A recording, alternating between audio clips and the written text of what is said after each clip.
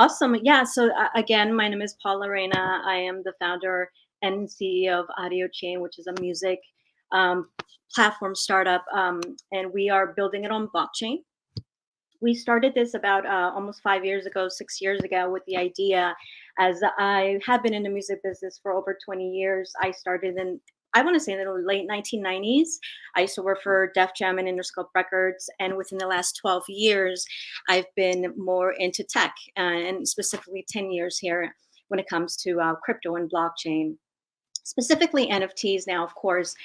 One of the reasons why I wanted to start Audio Chain was because I've seen kind of like the good and the bad on what's going on with the music industry, being, a staff member at some of these huge record labels, right? And not only that, but I've also been an artist manager. So I've seen the, I want to say, more of the indie side of things. And a couple of things that were, tough for us to deal with within the music business was royalty collection in the music industry. And sync licensing as well. So I'm going to go into that a little bit, but for before I go into that, I want to explain, kind of what we're doing with AutoTune in regards to the technology that we're going to use. So we're going to using a few layers, right? Our main layer is going to be Ethereum. Ethereum is going to be kind of like our main foundation.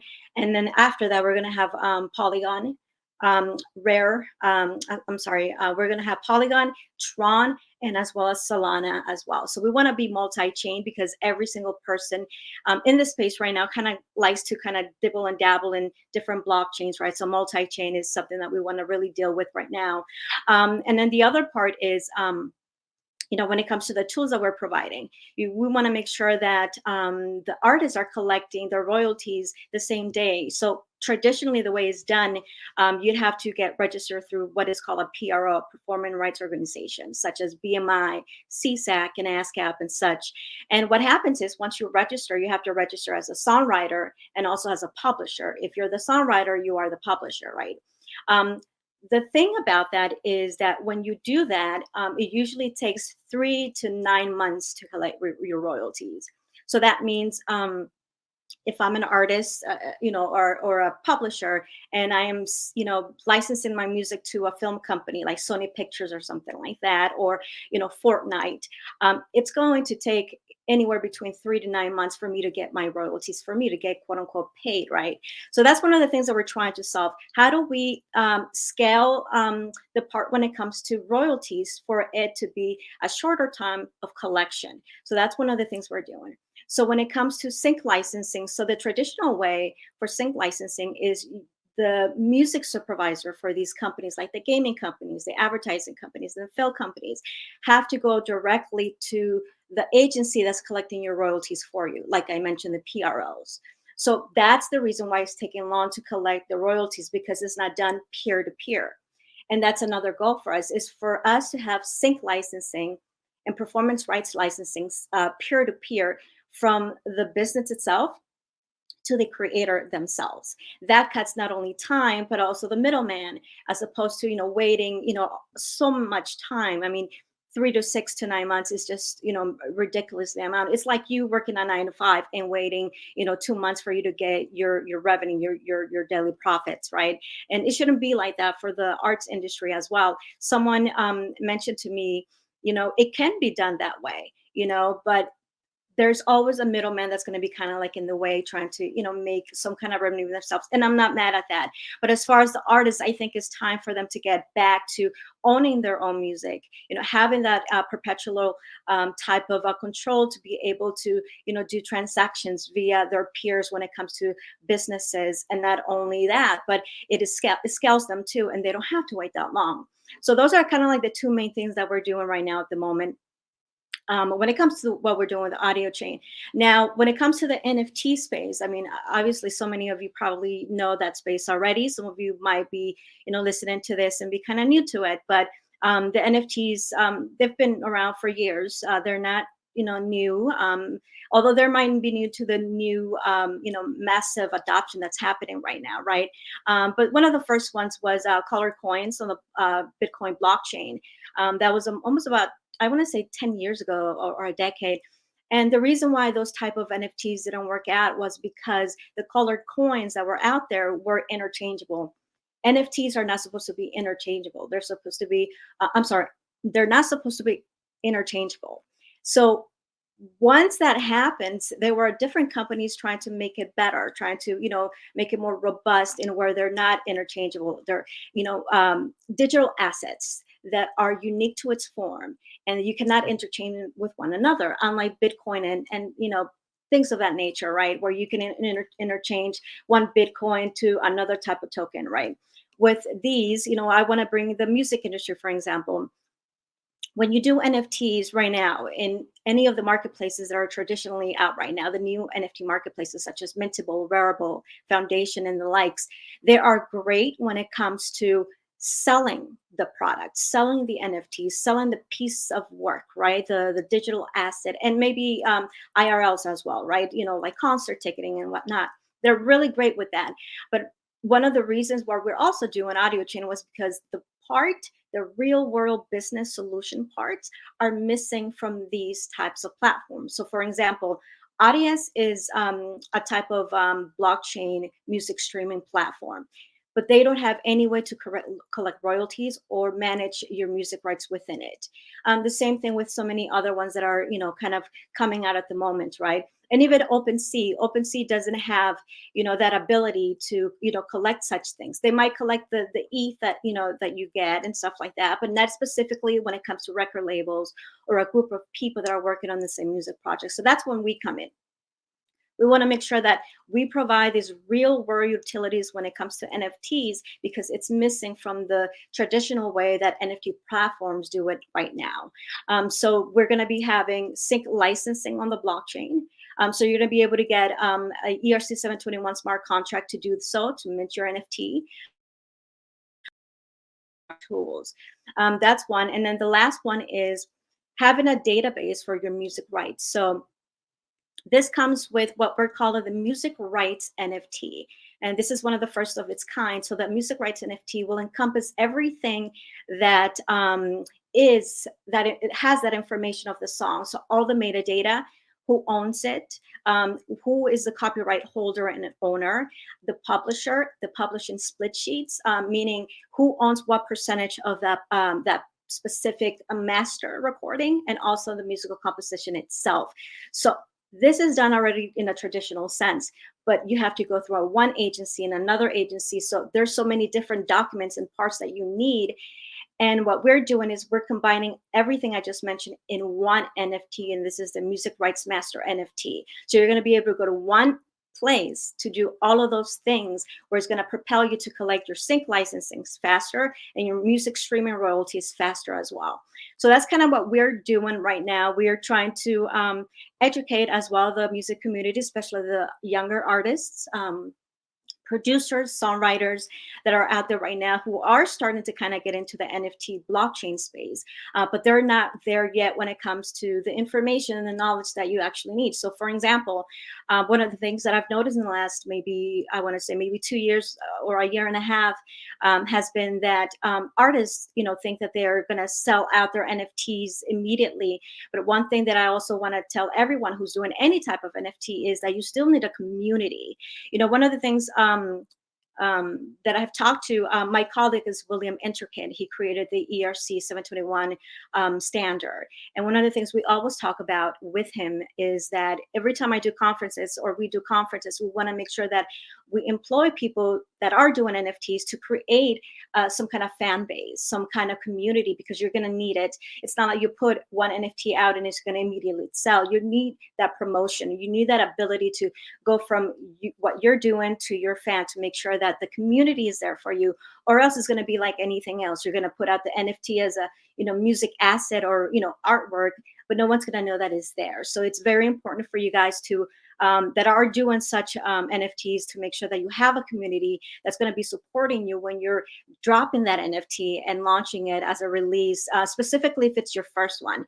So that's something that we are really heavy on at Audio Chain. Every time someone signs up for to be on the wait list for a beta tester, we not only screen them to make sure that we're educating them, but within that registration you get an NFT, which is called the Crescendo.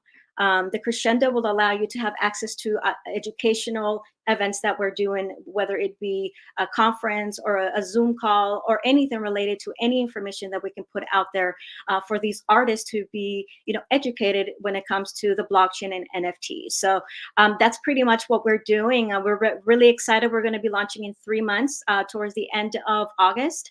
The first product that we're going to be launching is the music rights NFT. And after that, we're going to be releasing the licensing part and the actual marketplace.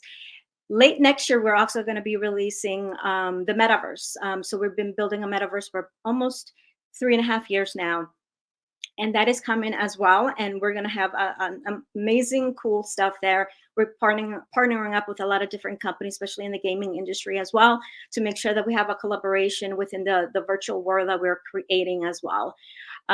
So Simon, that's pretty much in a nutshell what we are doing right now. And we're kind of hoping that this is going to take, into consideration when it comes to the music industry and how it's going to change in the future. I don't think the record labels are going to go away at any time soon.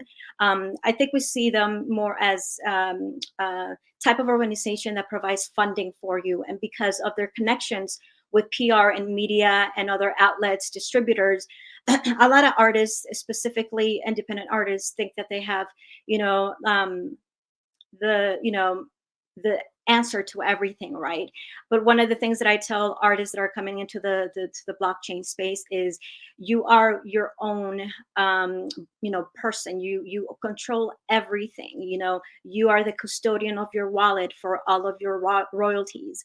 You have to be very responsible for everything that you're doing because it's all you. Now once you build a community, and whether it be through touring or through social media, then you're going to have more of a fan base to be able to support you and support what you're doing in the blockchain space. But it's very important to understand that the community needs to be there whenever you're releasing an NFT. NFTs are here to stay. I tell everyone that, but I also tell this. I think that the NFT industry is going to have a similar to a crypto winter. Specifically what we had back in 2017 with the ICO craze. I believe it's coming. I think it's already starting. I think in the next 12 months, we're going to see that, not only because of what's happening with the market at this moment, but also because of what is going on with the regulations, with the SEC, and, all of that crazy stuff that's happening right now. So I think, we are definitely going to have a crypto winner for NFTs.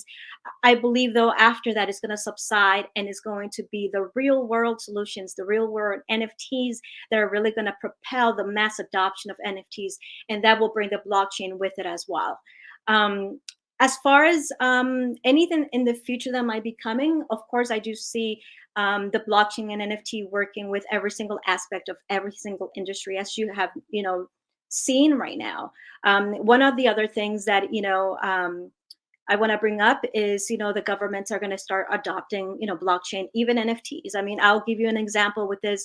The U.S. Postal Office a few months ago announced that they were doing now NFTs for their postal service. So this is one example of how the governments are going to use, blockchain and NFTs. Now, they might use a private blockchain as opposed to a public blockchain if you really think about it, but that's not to say that they're going to have to use a type of blockchain, because either they do it now or later, it is going to propel what is called the internet. There's a couple of companies right now creating different types of internets, decentralized internets at the moment. Tron is one of them. They're trying to decentralize the web. They have everything, kind of encompassing what you need to do so. There's another company by the name of NIM Technologies. They're creating the first decentralized Tor version on the blockchain, and their team is amazing. You probably know who some of their team members are, and I implore you to check them out as well. So the blockchain and NFTs are coming. I tell everyone, that when I do conferences, it's coming whether we want it or not. It's evolution, right? Just like crypto and dollars and gold. 100 years ago, when there were many paper fiat currencies, we had, the gold standard, and when that changed, everyone didn't want to give up their gold. They looked at the dollar like it was paper and it was crazy. The same thing's happening right now. Everyone thinks the blockchain and crypto and NFTs are not going to go anywhere, that it's a fad. Similar to 94, 95, when everyone was talking about the internet, that it was a scam and it was a fad. But I tell everyone, blockchain is here to stay, NFTs are here to stay, but we do need a lot of education because this is a new technology, and especially when it comes to the crypto part. It's very, intimidating if you're a beginner, right? And this is why I love to do conferences. Sometimes I teach these things in workshops and conferences because it's a new thing. It's a new, it's a new type of digital, cash system, and not a lot of people are informed.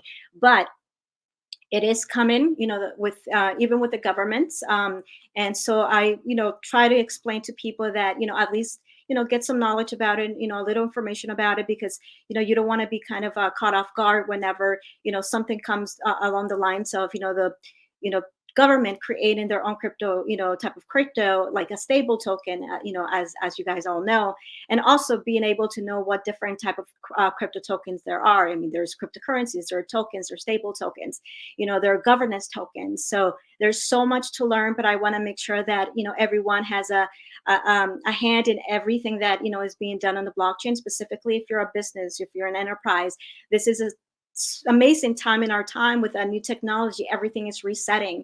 If for those of us who were young, I want to say in the mid 1990s, we were just kids, we couldn't do much with the internet, even though it was a boom. And now we have that ability, at the age that we are right now, to make something worthwhile when it comes to this technology and help solve something. Like, Jordan, my colleague, before, I started, said, like, it's fine to find a solution, but, we want to make sure that it's done correctly and we can learn from the mistakes others have made, before us. So I would love to see if you guys have any questions or anything. And I really, very interested in if you guys have to say something or have any questions for me. But Simon, I think for me, that's pretty much my time if you want to chime in there.